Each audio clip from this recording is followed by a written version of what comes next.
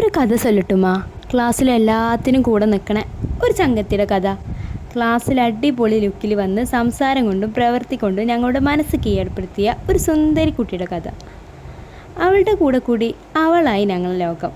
Lunch ബ്രേക്കിൽ ഉപ്പിലിട്ട നെല്ലിക്ക വാങ്ങാൻ പോയും ചെക്കന്മാരെ വായ നോക്കാൻ പോയും 10ാം ക്ലാസ് ജീവിതം കഴിയാറായി. ഒരിക്കൽ പോലും അവൾ അവളുടെ വീട്ടുകാരെ പറ്റി സംസാരിച്ചില്ല. എത്രയൊക്കെ ഞങ്ങൾ സംസാരിച്ചാലും അവൾ ആ വിഷയം മാറ്റിയിരുന്നു. മീറ്റിങ്ങിനൊന്നും അവളുടെ വീട്ടിൽ നിന്ന് ആരും വന്നിരുന്നില്ല. ക്ലാസ്സിൽ അത്യാവശ്യം പഠിക്കുന്ന കുട്ടിയായതുകൊണ്ട് ടീച്ചേഴ്സ് അതിനെപ്പറ്റിയൊന്നും ചോദിച്ചില്ല. ക്ലാസ്സിലധികം ലീവ് എടുക്കാത്ത അവൾ കുറേ ദിവസമായി ക്ലാസ്സിലേക്ക് വന്നിട്ട്. അവളില്ലാത്തത് കൊണ്ട് എല്ലാത്തിനും ഒരു മടുപ്പ്. എക്സാം ആണെങ്കിൽ ആകാറുമായി. ഒരു ദിവസം ഞങ്ങളും ടീച്ചറും അവളുടെ അഡ്രസ്സ് തപ്പി വീട്ടിലേക്ക് ചെന്നു. വീട്ടിലെ അവസ്ഥ കണ്ട് ഞങ്ങൾ ഞെട്ടിത്തരിച്ചു പോയി. ആകെ ഒരു ഉമ്മയാണുള്ളത്. അവരാണെങ്കിൽ തളർന്ന് കിടപ്പിലാണ്.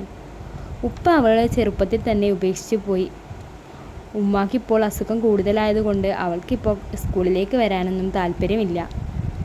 ഞങ്ങൾ കണ്ടപ്പോൾ അവൾ വല്ലാതെയായി. ഒരു ചെറിയ കുടിലായിരുന്നു അവളുടെ താമസം. വീട്ടു ചെലവും മറ്റും അവളുടെ മാമനായാണ് നോക്കിയിരുന്നത്. അവളുടെ ചിരിയുടെയും കളിയുടെയും പിന്നിൽ ഇങ്ങനെ ഒരു സങ്കടം മറിഞ്ഞിരിക്കുന്ന കാര്യം ഞങ്ങൾ അറിഞ്ഞിരുന്നില്ല. സങ്കടങ്ങളൊക്കെ പുറത്ത് കാണിക്കാതെ ചിരിച്ചു നടക്കാൻ അവൾ പഠിച്ചു.